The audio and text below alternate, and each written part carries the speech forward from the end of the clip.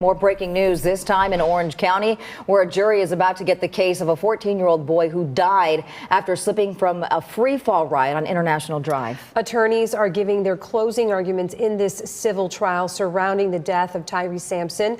WESH 2's Tonight Gebrigedigas is live at the Orange County Courthouse this afternoon with the late-breaking details tonight.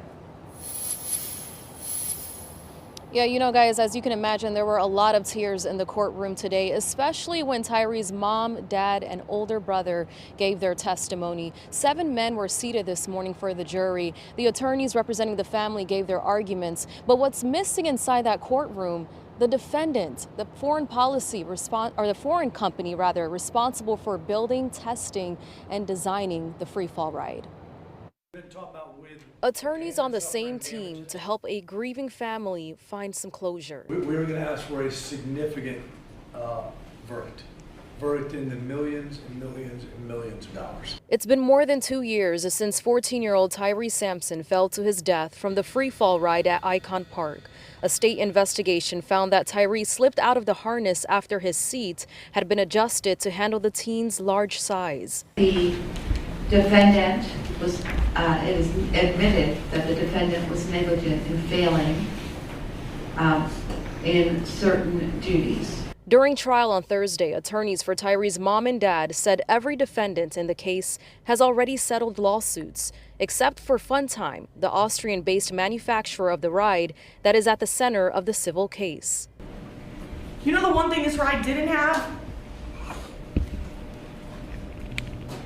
A seatbelt. Attorneys say after Tyree's death, Funtime defended the case, sending engineers to ride inspections, but suddenly the company stopped responding and didn't show to court.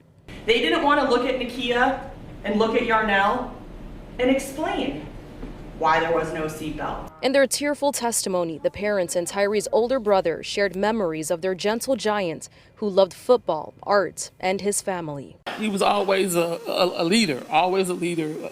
Every child that he came across looked up to him. Well, I'm just gonna say like this, my family split up because of this. Should no parent bury their child. It's unnatural. It's not in the Bible, it's ungodly. To bury your child is something that, I lost something when I lost my child. I just miss him just reaching out to me, you know. It almost feels like I was robbed of that, of being a big brother. A national civil rights attorney Ben Crump is also inside the courtroom representing Tyree's dad. And this trial is to determine how much money the company has to pay to Tyree's family. So closing arguments are underway, and that means the jury can start deliberating pretty soon. As soon as we get their decision, we will share it with you. Reporting live in Orlando, Sonaika Brigadigas, WESH 2 News.